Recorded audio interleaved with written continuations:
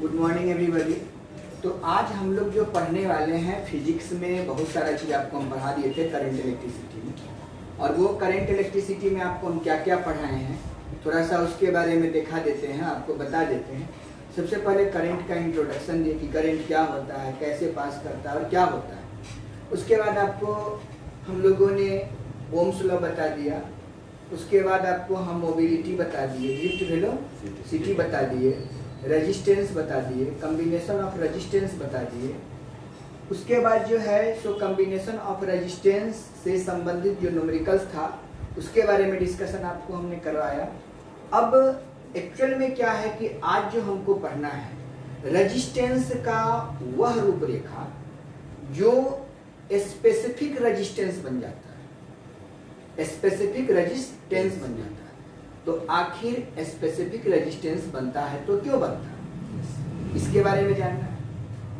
उसी specific resistance को हम लोग रजिस्टिविटी कहते हैं, जो चर्चा किए थे पिछले वीडियो में कि इसके बारे में हमको नेक्स्ट क्लास में बताना है। तो आज जो हम लोग पढ़ेंगे वो तीन चीज के बारे में पढ़ेंगे और उसके बारे में आपको कुछ कुछ जानकारी देंगे और उस पर कैसे न्यूमेरिकल्स बनता है और कैसे क्वेश्चन आते हैं इस पे एग्जामिनेशन में, वो आज आपको हम बता देंगे। तो आज जो हमको पढ़ना है रेजिस्टिविटी के बारे में।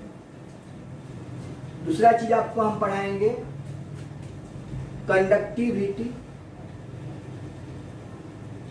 डक्टिविटी, और तीसरा आज आपको चीज बताएंगे कंडक्टेंस, कंडक्टेंस के बारे में। ठीक है, ये रजिस्टिविटी को डिनोट करते हैं रो से, कंडक्टिविटी को डिनोट करते हैं सिग्मा से, और कंडक्टेंस को डिनोट करते हैं जी से।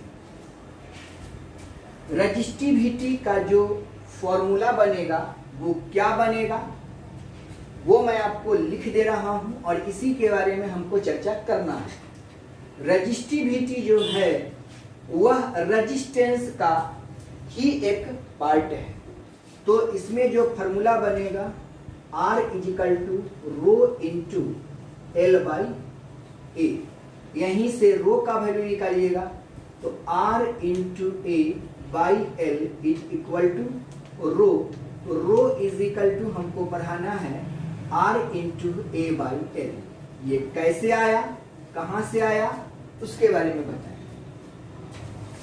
कंडक्टिविटी के बारे में जो हमको पढ़ना है वो क्या है, reciprocal of resistivity is called conductivity. तो रेजिस्टिविटी तो यही है। अब इसका रेसिप्रोकल मतलब होता है उल्टा।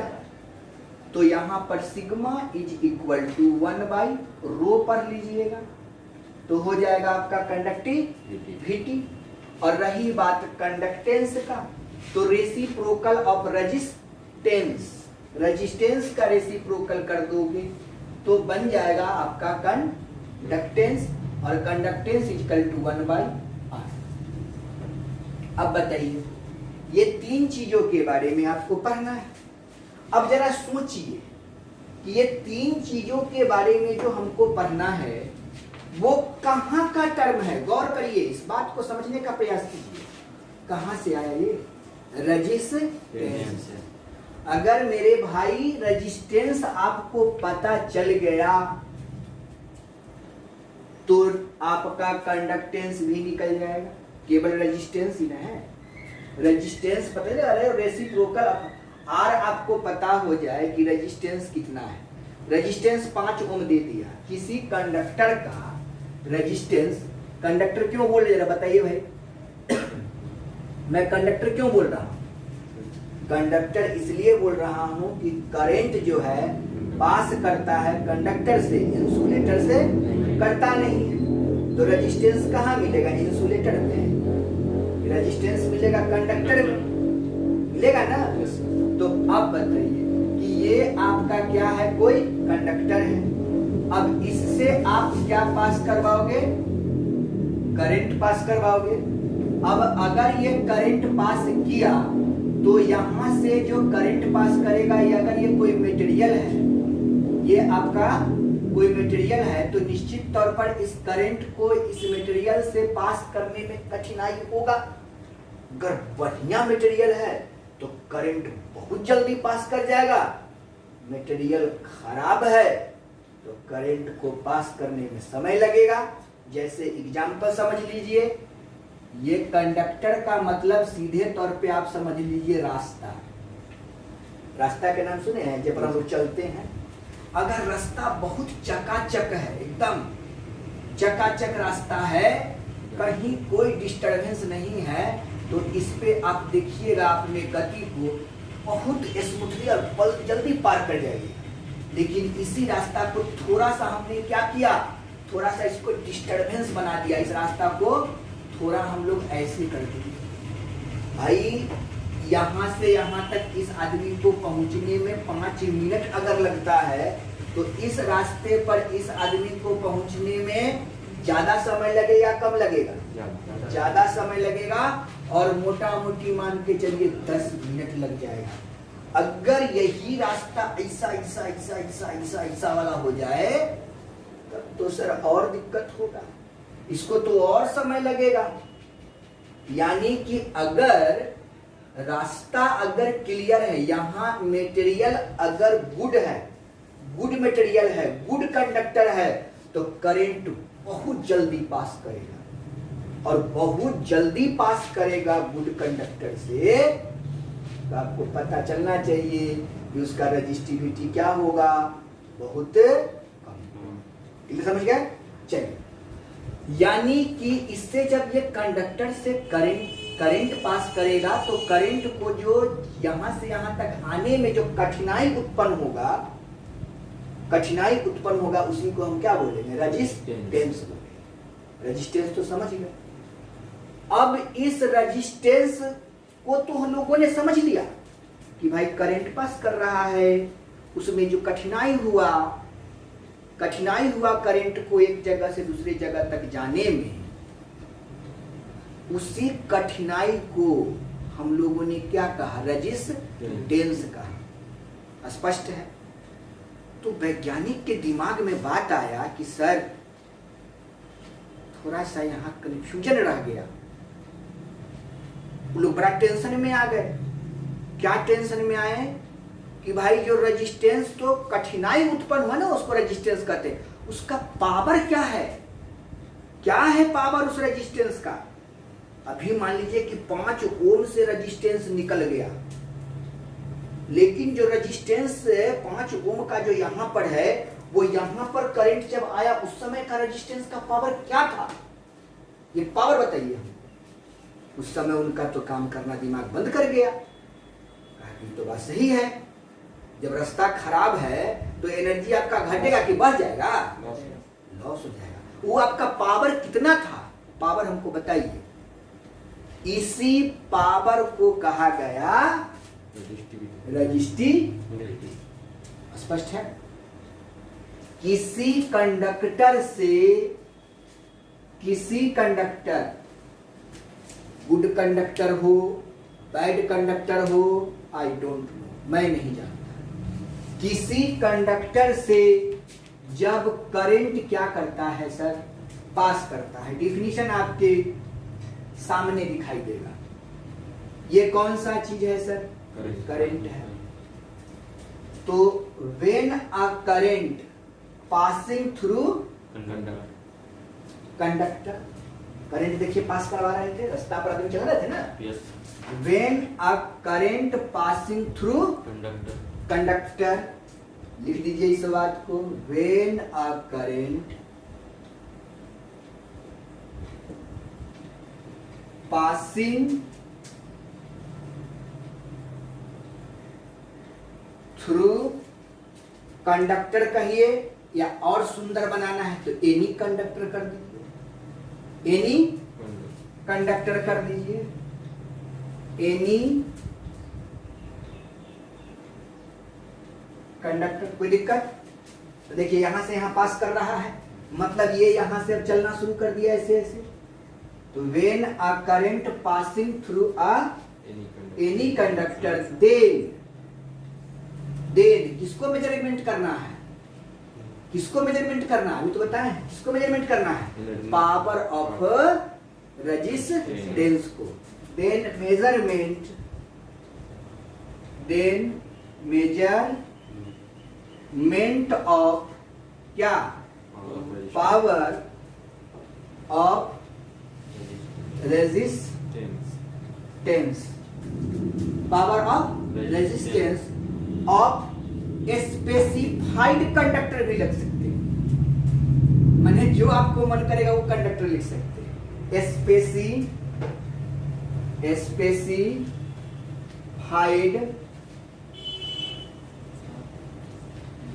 Conductor, clear, specified conductor is called resistivity and it's denoted by rho। स्पष्ट है, देखिए व्हेन अ करंट, ये करंट है, पास किससे कर रहा है, कंडक्टर से, तो when a current passing through any conductor, then माने तो measurement of power of resistance of specified conductor is called resistivity, it's denoted by rho. अगर कुछ नहीं याद है तो आप इतना लिख सकते हैं कि measurement of power of resistance, measurement of power of resistance of specified conductor is called resistivity. बात तो समझ में आ गया। अब इससे पास कर रहा है तो लोगों के मन में कुछ कुछ बात आने लगा कि भाई कंडक्टर से ही करंट पास करेगा तो निश्चित तौर पर इस कंडक्टर का कुछ क्या होगा, रेजिस्टेंस होगा। अरे सर रेजिस्टेंस नहीं होगा तो ये पावर ऑफ रेजिस्टेंस कहां से नापिएगा, हम अगर है ये नहीं है तो मेरे पावर को आप कैसे नापिएगा, कहिएगा कि एपेक्स ट्यूटोरियल में पढ़ने चल जाओ तुम्हारा पढ़ाई हो जाएगा। अरे हम रहेंगे तब ना आपको समझ में आएगा कि हम बढ़िया पढ़ाएंगे कि खराब पढ़ाएंगे कि नहीं पढ़ाएंगे, क्या करेंगे वो किस पर निर्भर करेगा, आप पर, हम पर निर्भर करेगा। तो सोचिए कि रेजिस्टेंस में रहबे नहीं करेगा तो एक पावर को नापेगा, तो इसमें इस कंडक्टर में क्या होगा, रेजिस्टेंस होगा, तब ना नापिएगा इसके पावर को। कंडक्टर के रेजिस्टेंस के पावर को जो मेजरमेंट करते हैं उसको क्या कहते हैं, रेजिस्टिविटी। याद हुआ, कंडक्टर के किसको नापते हैं, रेजिस्टेंस के पावर, कंडक्टर में जो रेजिस्टेंस के पावर को नापते हैं, मेजरमेंट करते हैं, उसको रेजिस्टिविटी कहते हैं। इसमें तो कोई बड़ी बात है नहीं। और रेजिस्टिविटी का दूसरा नाम क्या है, स्पेसिफिक रेजिस्टेंस। क्लियर, चलिए तो अब हम लोग इससे, हाँ तो इसमें क्या बता रहे थे कि इससे करंट पास तो करेगा तो इसके में क्या होगा, रेजिस्टेंस होगा। और अभी आपको दिख रहा है कुछ, क्या दिख रहा है जरा सोचिए, इसमें दिख रहा है कि इस कंडक्टर की लंबाई भी है सर, और जो कंडक्टर हम लिए हैं उसका एरिया ऑफ कोरिसेप्शन भी है।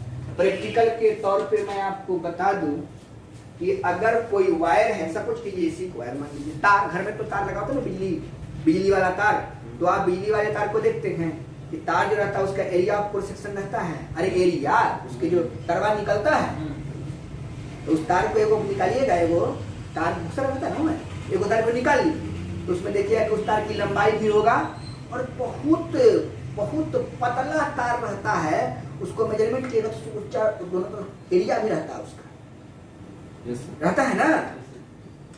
तो उस तार का नहीं होता है तो लोहा वाला तार किन लीजिएगा दुकान से कोनो हार्डवेयर के दुकान में लोहा वाला तार दे दो भाई, वो तनी मोट रहता है, मोटा रहता है ना। आप मन करे तो उसको पलक में घुसा दीजिएगा, हैं, आप बॉल लेके जरा के देखिएगा जरता है कि नहीं जरता है, तो जरबे करेगा, तब तो आपको भरोसा हो जाएगा ना कि एक तार है उसमें क्या है, लंबाई है, और उस तार की कुछ मोटाई है, जो मोटाई है उसको बोलते हैं एरिया, और जो लंबाई है उसको बोलते हैं लेंथ। अब उसमें जो करंट पास कर रहा है तो उसमें मेजरमेंट कर लेंगे उसके रेजिस्टेंस के पावर को, तो बना देंगे रेजिस्टिविटी। यानी कुल मिला के बात यहां पर अटक रहा है कि यहां से रेजिस्टिविटी कितना अमाउंट में है, किस अमाउंट में, किस वायर में कितना है, उसकी मेजरमेंट दो चीजों पर निर्भर करेगा, एक तो एरिया और दूसरा लेंथ। नहीं करेगा? रेजिस्टेंस का पावर जो मेजरमेंट होगा वो दो चीजों पर निर्भर करेगा, एक उसके लेंथ पर और दूसरा एरिया पर। तो अब हमको देखना है कि रेजिस्टेंस जो लेंथ पर और एरिया पर निर्भर कर रहा है, सर जी वो है क्या? लेंथ को बढ़ाएंगे तो रेजिस्टेंस पर क्या इफेक्ट पड़ेगा, एरिया को बढ़ाएंगे तो क्या इफेक्ट पड़ेगा, या एक को बढ़ाएंगे एक को छोड़ देंगे तो क्या होगा, इस रिजल्ट पे लोग आना शुरू कर दिए। और जब आए तो मुझे क्या मिला मैं दिखाता हूं, वही आपको देख लेना है और आपका काम खत्म। तो यहां पर हम लोग देखते हैं उस चीज को। अब तार तो भाई हम लोग देख लिए हैं, उसकी भाई लेंथ भी आप देख चुके हो ना। अब जरा गौर कीजिए, एक वायर मैंने ऐसा लिया, ठीक है, ये सर जी वायर है, बड़ा सुंदर वायर बना दिए सर आपको, जिसकी लेंथ क्या है L है और इसकी एरिया क्या है A है फिलहाल, और इसमें क्या है रेजिस्टेंस R, ठीक है। अब मैंने क्या किया कि इस लेंथ को 2 गुना कर दिया, पहले जो L लेंथ था उसको मैंने क्या किया 2 गुना कर दिया। मटेरियल सेम, दोनों का मटेरियल क्या है सेम है, अगर ये तांबा है तो दूसरा भी तांबा होगा, कॉपर होगा, एल्युमिनियम है तो एल्युमिनियम होगा, लोहा वाला तार जो घर छापते हैं वो होगा तो वही होगा, दोनों एक ही चीज है। अब इसके लेंथ को आप क्या किए बढ़ा दिए, अब लेंथ को 2 गुना कर दिया, लेंथ को 2 गुना कर दिया और एरिया को चेंज नहीं किए। एरिया आपका यही रहा, लेंथ आपका कितना हो गया, तो रेजिस्टेंस क्या अरे रहेगा, रेजिस्टेंस अरे सर तो लंबाई जो रास्ता पर चलते हैं ना लोग, उसी रास्ता पर जो डिस्टर्बेंस होता है उसी को तो रेजिस्टेंस कहते हैं। अब तरवा बढ़ गया तो रेजिस्टेंस नहीं बढ़ेगा, वो भी बढ़ जाएगा, तो रेजिस्टेंस भी हो जाएगा आपका 2R। यहां से एक एप्लीकेशन मिल गया, लेंथ बढ़ रहा है तो रेजिस्टेंस बढ़ रहा है। अब तो आपको ये बात समझ में आ गई होगी कि लेंथ जो है सो रेजिस्टेंस की क्या है, डायरेक्टली प्रोपोर्शनल है। क्लियर? यानी कि इस कंसेप्ट से हमको यहां से मिल रहा है कि R is directly proportional to L। कोई कंफ्यूजन? अब आप देखो कि यहां पर R बढ़ गया लेकिन एरिया नहीं बढ़ा, तो R is inversely proportional to area. From equation first और सेकेंड से, from equation first and second, R is directly proportional L into 1/A, तो R is directly proportional L by A, और डायरेक्टली प्रोपोर्शनल को हटाने के लिए क्या लगाया जाता है कांस्टेंट। तो अब बताइए R is equal to constant के रूप में कौन लेंगे रेजिस्टिविटी, ये आपका कांस्टेंट है और यहाँ पर L by A हो गया। तो रेजिस्टेंस से किसी L लेंथ के वायर और एक एरिया ऑफ क्रॉस सेक्शन वाले वायर में क्या रिलेशन निकला वो आपको दिख गया, R is equal to rho into L by A। हमको पढ़ना क्या है रेजिस्टिविटी, तो रेजिस्टिविटी कौन है यही तो है, तो इसी को हम लोगों ने कहा रेजिस्टिविटी, और इसी का दूसरा नाम क्या है स्पेसिफिक रेजिस्टेंस। क्लियर? अब इसी से क्रॉस मल्टीप्लिकेशन गुना करिएगा तो क्या क्या निकल जाएगा? R into A by L, sorry L is equal to rho. तो रो इज इक्वल टू इसी को आप लिख सकते हैं R into A by L. कोई दिक्कत है क्या? कोई दिक्कत है? नहीं है। तो यहां से हम लोगों ने ये निकाल दिया। स्पष्ट है? कोई कंफ्यूजन है? नहीं है। तो हम लोगों ने क्या देखा कि इसका दूसरा डिफिनीशन आप क्या लिख सकते हैं? दूसरा डिफिनीशन क्या लिख सकते हैं रेजिस्टिविटी का? कुछ नहीं कर सकते सर, बड़ा सिंपल। तो आप बता दिए कि यहाँ पे R है इंटू ए है बाई एल है। तो रेजिस्टेंस और एरिया का क्या हो रहा है? Product. The product of resistance and area per unit length. इसका डिफिनीशन कैसे लिखेंगे? दूसरा डिफिनीशन मैं यहाँ पे लिख के दिखा देता हूँ, बड़ा सुंदर याद करने वाला। ये क्या है सर? रेजिस्टेंस। ये क्या है? एरिया है। ये दोनों का क्या हो रहा है? गुना। गुना का अंग्रेजी क्या होता है? प्रोडक्ट। तो क्या लिखे? The product of resistance and area. और पटा को क्या बोलते हैं? Per unit. आईएल क्या है? लेंथ। तो क्या डिफिनेशन लिखिएगा? आपने से बताइए, आप समझ लीजिए कि द प्रोडक्ट ऑफ रेजिस्टेंस क्या है? रेजिस्टेंस एंड कौन है? Area per unit length is called resistivity। that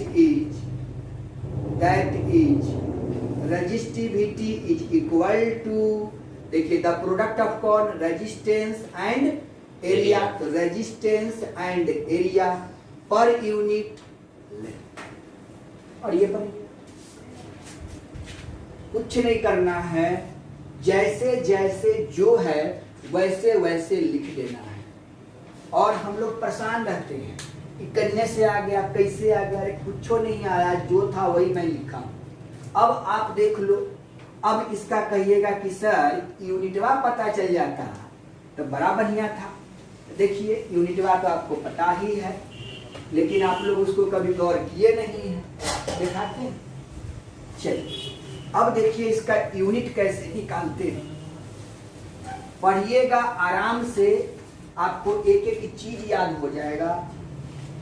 अब नहीं पढ़वे नहीं कीजिएगा तो कोई उपाय तो है नहीं भाई।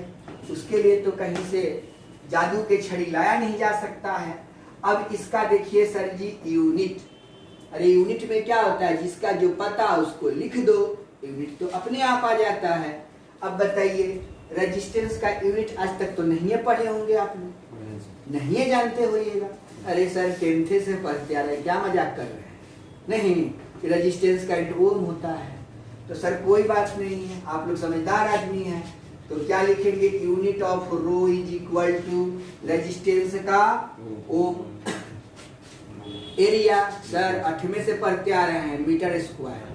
नहीं तो लिख दीजिए मीटर स्क्वायर। और लेंथ का होता है मीटर। एगो मीटर उड़ गया, तो बाकी जो बच गया उसको लिख दीजिए ओम मीटर।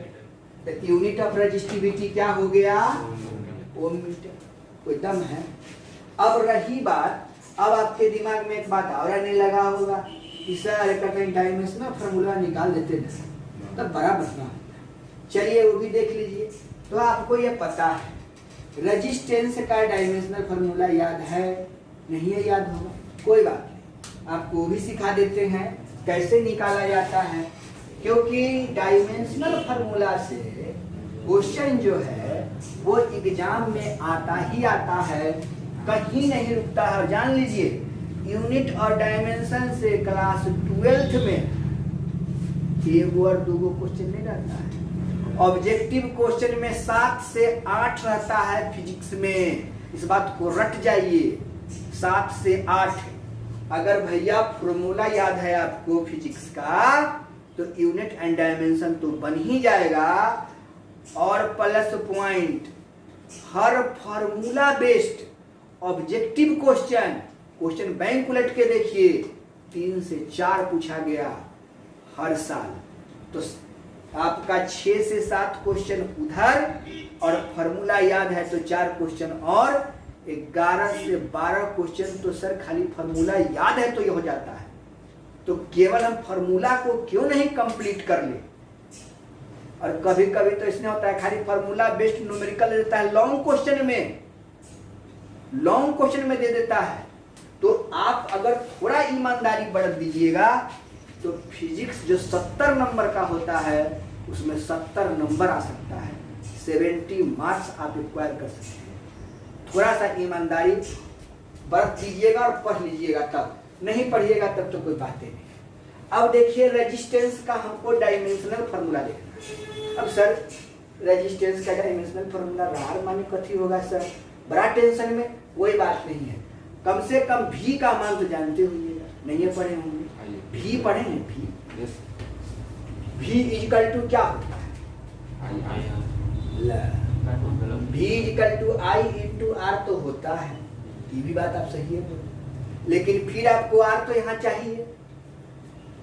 हमको इलेक्ट्रिक पोटेंशियल बताइए, इलेक्ट्रिक पोटेंशियल क्या होता है।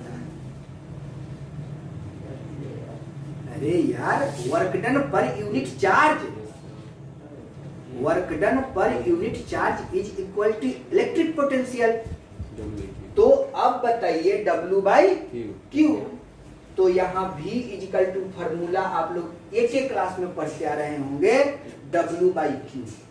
अब बताइए W तो आपको पता है, वर्क का फॉर्मूला क्या, फोर्स इनटू डिस्प्लेसमेंट।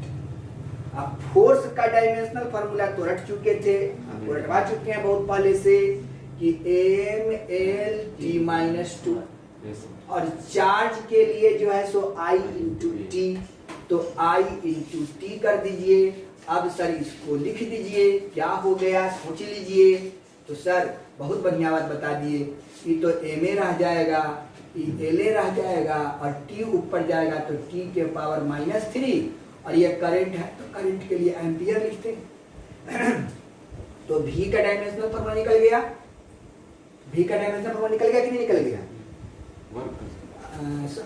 नहीं, वर्क का mL/t-2 नहीं, ये तो निकल गया आपका फोर्स का, और एगो और L से गुना कीजिएगा तब ना वर्क होगा।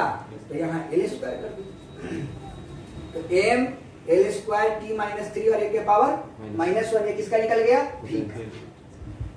तो अब बताइए V निकल गया, तो फॉर्मूला हम लोग क्या पढ़े कि यही वाला यूज कर लेंगे। अभी V इक्वल टू लिख लेंगे, इसीलिए दूसरा तरीके से बना सकते हैं। V equal to I into R, तो R इक्वल टू कितना, V बटे I। अब V का मान निकाले हैं mL² t-3 a के पावर -1 डिवाइडेड बाई a, और ये उसको ऊपर भेज दीजिए तो क्या हो जाएगा, mL² t-3 a के पावर -1 है, और एक और ऊपर जाएगा तो -2 हो जाएगा। अब यहाँ से क्या मिल गया, आपको समझ में आ गया, ये रेजिस्टेंस का डायमेंशनल फॉर्मूला हो गया। इसका हुआ रेजिस्टेंस का। तो आपको इलेक्ट्रिक पोटेंशियल का भी निकालना सीख गए, उसके बाद रेजिस्टेंस का भी निकालना सीख गए। अब यहाँ पर मान रख दीजिए, तो आप मान रखिएगा, तो यहाँ पर डायमेंशनल फॉर्मूला जो होगा रेजिस्टेंस के लिए क्या लिखिएगा, यही mL² t-3 a के पावर -2, क्लियर। और ये मीटर है मतलब लेंथ है, अब इसको गुना कर दीजिए, तो mL³ t-3 और a के पावर -2, और सर यही इसका डायमेंशनल फॉर्मूला हो गया। तो हमने क्या देखा, यूनिट देख लिया, डायमेंशनल फॉर्मूला देख लिया, रजिस्टिविटी किसको कहते हैं वो देख लीजिए। यहाँ तक कोई कंफ्यूजन है। अब बताइए हमको किसको देखना है, कंडक्टिविटी को। अब एक चीज इसमें थोड़ा सा और दिखा देते हैं। अगर रजिस्टिविटी के बारे में आपसे बात किया जाता है तो रजिस्टिविटी में दो चीज आपको हम बताएं, दो चीज बताएं। एक गुड कंडक्टर और दूसरा बैड कंडक्टर, यानी पुअर कंडक्टर। पुअर कंडक्टर का, रट जाइए इस बात को, पुअर कंडक्टर का रजिस्टिविटी हाई होगा, बहुत ज्यादा होगा। पूछिएगा सर कैसे? लोहा में करंट को पास करवाइएगा तो बड़ा उसको कष्ट होगा, वहां पर रजिस्टिविटी बहुत ज्यादा होगा, रेजिस्टेंस का पावर वहां बहुत ज्यादा निकलेगा। इसीलिए कहता है, आप लोग को मैं बताता हूं एग्जाम्पल, उससे आप पकड़ लीजिएगा। कॉपर कॉइल बढ़िया होता है कि एल्युमिनियम कॉइल बढ़िया होता है? फट बोल दिए कॉपर कॉइल, बढ़िया आदमी है। दुकानदार कहा था सर कि पंखवा कॉपर वाइल वाला, जो कॉपर कॉइल वाला लोगे ना तो 2200 लगेगा, एल्युमिनियम वाला लोगे तो 1200 में हो जाएगा। नहीं कहता है? कहला कहता, पागल तो है नहीं। Copper coil is a good material of for current. Current के लिए गुड मटेरियल माना जाता है किसको? कॉपर को, because resistivity is very low, वहां रेजिस्टिविटी का खपत कम होता है। अगर रोड बड़ा बढ़िया बना दिया जाए, बढ़िया से पीच ऊंच दे के, ठेकेदार अगर चोरी न करे तो रोड तो बहुत दिन चलेगा। लेकिन चोरवार अगर ठेकेदार रोड बना दे और मटेरियल कम दे, मतलब बैड कर दे, तो भैया वो रोड तो बढ़िया बनेगा लेकिन उस समय ही खराब हो जाएगा। उसी तरीके से एल्युमिनियम कॉइल रोड काम तो वो करेगा कंडक्टर का, लेकिन वो एल्युमिनियम तार खराब रहेगा, यानी उसका रेजिस्टिविटी ज्यादा रहेगा। और जिसका रेजिस्टिविटी ज्यादा तो बिजली का खपत ज्यादा, यूनिट आएगा ज्यादा, माल खर्चा होगा ज्यादा। अगर कंडक्टर गुड होगा तो रेजिस्टिविटी कम होगा, रेजिस्टिविटी कम होगा, और रेजिस्टिविटी कम होगा तो यूनिट का भी खपत कम होगा, बिजली भी कम खाएगा, तो आपका माल भी बचेगा। तो गुड कंडक्टर समझ गए? यानी जो गुड कंडक्टर होगा, पुअर कंडक्टर नहीं, गुड कंडक्टर, गुड कंडक्टर वाला अगर कोई मटेरियल होगा तो उसका रेजिस्टिविटी लो की हाई? लो। गुड कंडक्टर का रेजिस्टिविटी लो की हाई? लो। ऑब्जेक्टिव क्वेश्चन बना, गुड कंडक्टर रेजिस्टिविटी क्या? लो। क्लियर? और पुअर कंडक्टर में रेजिस्टिविटी हाई। दो ऑब्जेक्टिव क्वेश्चन यहां से बनेंगे। क्लियर है? चलिए अब हम लोग इसी के बारे में, यहां तक तो समझिए गए। अब हमको थोड़ा सा इसके बारे में एक चीज हमको समझा लेना है, रेजिस्टिविटी के बारे में, और मेरा काम खत्म। रेजिस्टिविटी के बाद तुरंत हम चल जाएंगे कंडक्टिविटी पर। कहिएगा कि सर आप कैसे समझाने वाले हैं? देखिए कुछ समझाने वाले हम हैं नहीं, आप लोग को कुछ समझदार नहीं। अब जरा बताइए, कंडक्टर सेम मटेरियल का बना होता है तो रेजिस्टिविटी सेम होगा, रेजिस्टिविटी सेम होगा। अब मान लीजिए कि ये कोई कंडक्टर है, ठीक है, या मटेरियल, जो मटेरियल से ये बना हुआ है वही मटेरियल से ये बना हुआ है। समझ रहे हैं बात को? समझ रहे हैं कि नहीं समझ रहे हैं? समझ रहे हैं, बहुत बढ़िया बात है। ठीक है, अब इसकी लेंथ को सर आपने क्या रखा? L।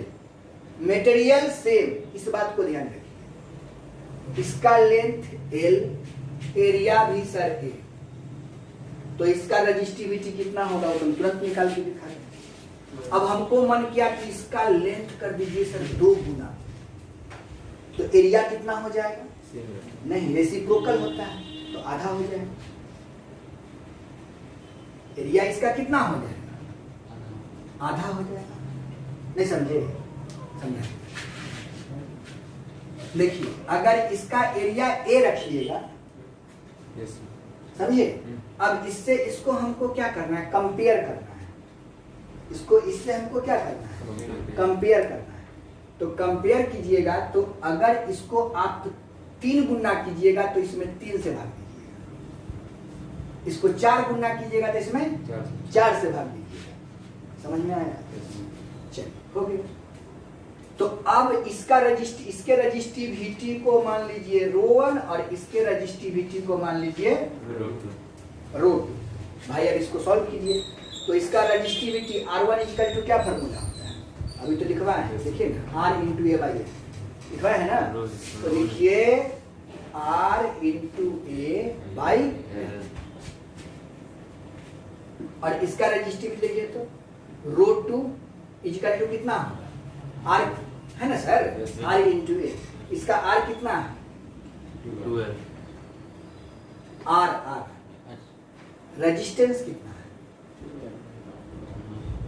रेजिस्टेंस जितना इसका जब हम बताए थे कि जो हम लोग लेंथ को लेते हैं वही आपका रेजिस्टेंस हो जाता है। ये तो आपको बता चुके हैं। अब इसको आप सॉल्व कीजिएगा तो कितना हो जाएगा? यानी कि रेजिस्टेंस जो हो जाएगा 2R/3। समझ में आया बात? पहला जो एप्लीकेशन यूज किए थे उसी को ही कर रहे हैं। तो अब इसको सॉल्व करिएगा तो कितना? इसका रेजिस्टेंस कितना है? R। ठीक है। अब इसको सॉल्व कीजिए तो कितना लिखिएगा? 2R/3। ठीक है, 2R/3 इंटू कितना? 3A। समझ में आया? तो उस केस में इसी लेंथ को ना आप बढ़ाए थे, तो इस लेंथ को हम लोग क्या माने हैं? रेजिस्टेंस के रूप धारण करा दिए हैं, तो इसको हम लोग L ही मान लेते हैं।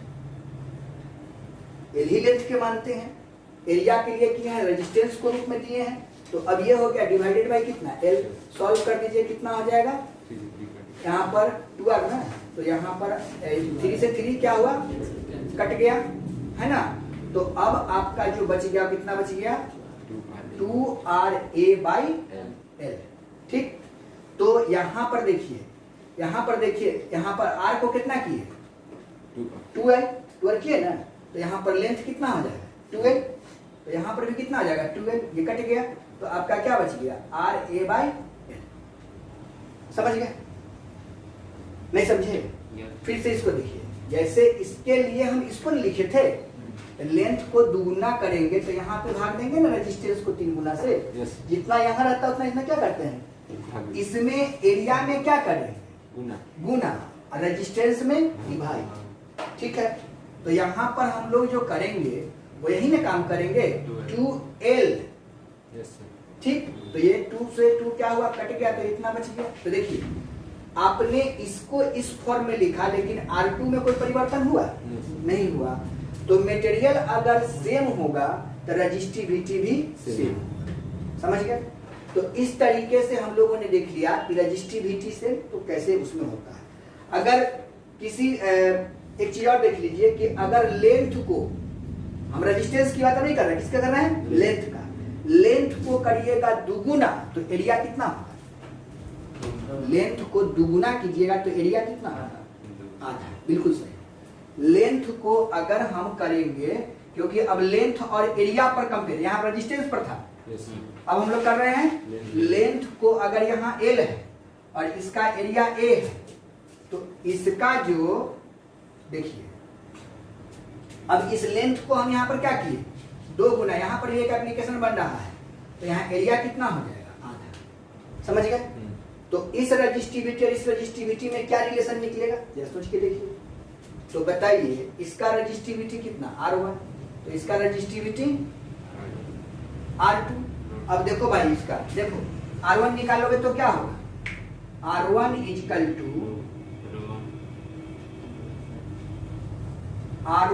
टू कितना लिखिएगा? रेजिस्टेंस की बात कर रहे हैं। यहाँ पर हम किसकी बात किए हैं? रो की। अब यहाँ पर रेजिस्टेंस के लिए क्या करेंगे? सोचो, रेजिस्टेंस का फॉर्मूला लगाएंगे, रो इंटू L/A। कोई दिक्कत है क्या? ये फॉर्मूला होता है। अब यहाँ पर आइए, अब यहाँ क्या लिखिएगा बताइए? R2 इक्वल टू क्या लिखिएगा? बोलिए।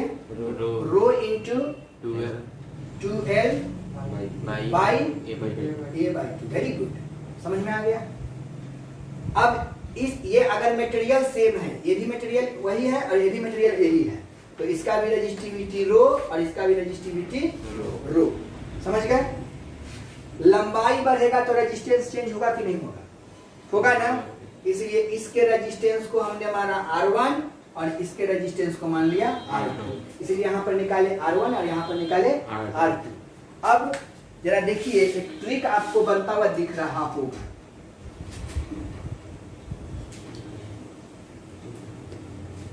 यहां पर इस एप्लीकेशन पर आपको ढेर सारा क्वेश्चन मिलता है, देखिएगा, और एक ट्रिक भी आपको मिल जाएगा। यहाँ रो नहीं बदलेगा लेकिन रेजिस्टेंस बदलेगा। ये भी ऑब्जेक्टिव क्वेश्चन का पार्ट है, इसको हम दिखा रहे हैं इसीलिए। R1 is equal to rho into L by A, R2 is equal to this.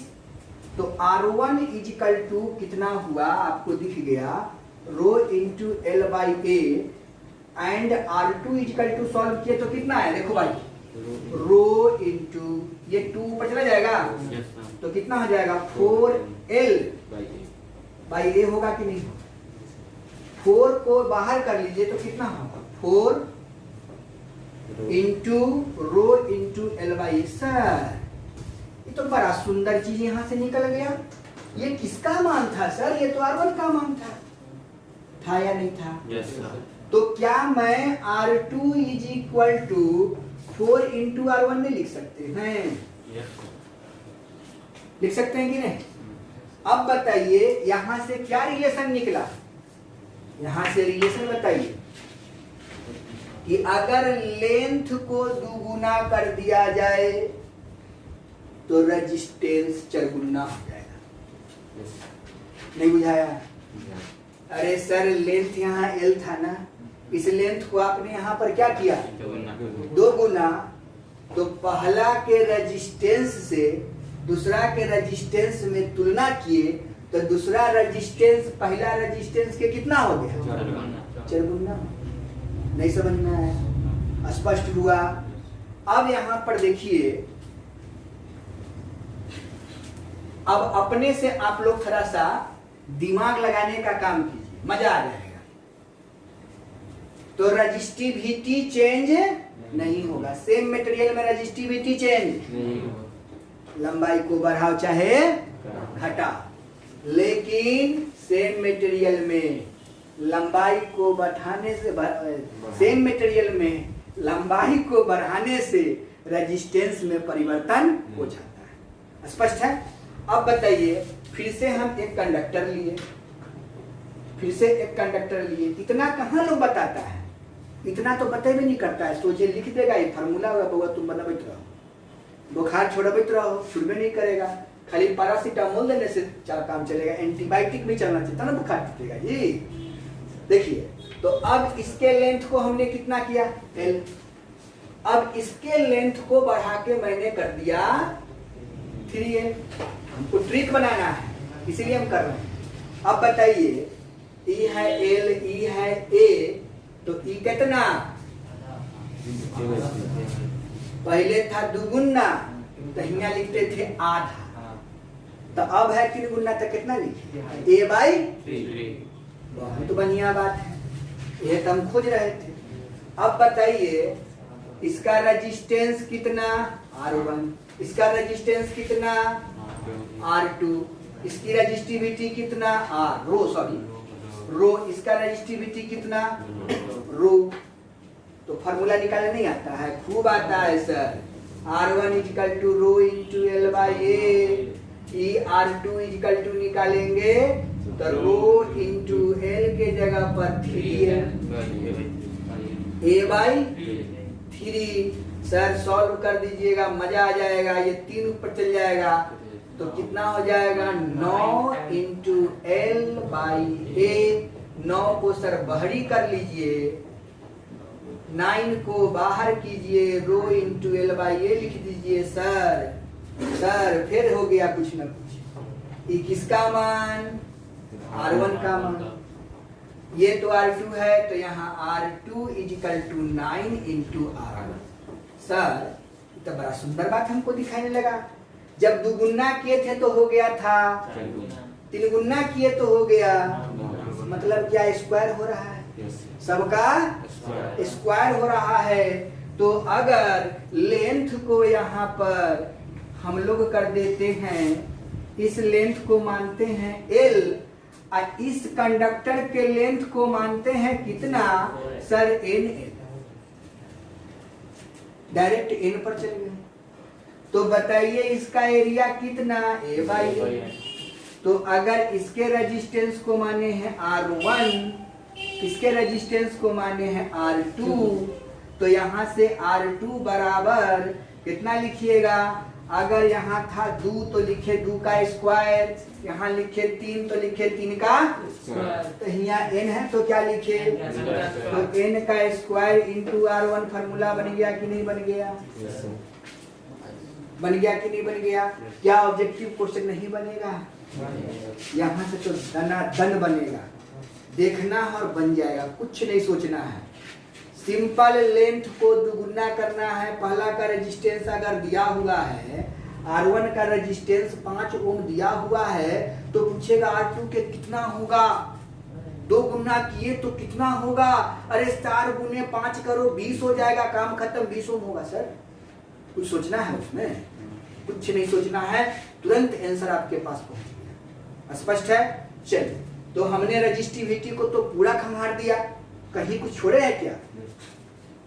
Conductivity में, अरे सर अभी तो रजिस्टिविटी का इतना खतियान बताए हैं, क्या लिख देंगे कंडक्टिविटी का definition? The reciprocal of resistivity. यही तो पढ़े हैं अभी। The reciprocal of resistivity is called conductivity. इसका यूनिट अभी नहीं पढ़े हैं क्या? अभी तो पढ़े ओम मीटर, ऊपर चल जाएगा ओम के पावर -1 मीटर के पावर -1 यूनिट हो गया।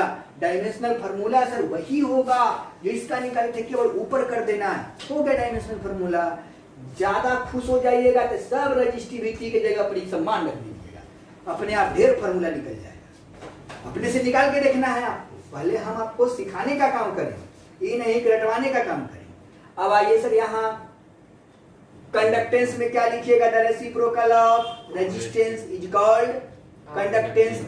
सर अभी तो लेंथ का ढेर रेजिस्टेंस निकाले हैं, पगला गया माथा, सब रख दीजिए, सब का सब फार्मूला मिल जाएगा, कुछ नहीं बनाना है। अब इतना ही गीत को इस तीनों में फिट कर देना है, अपने दिमाग को लगा लगा के, तीनों खत्म हो गया। रजिस्टिविटी, कंडक्टिविटी और कंडक्टेंस, ये तीनों चीज समाप्त हो गई। नहीं समझ में आया?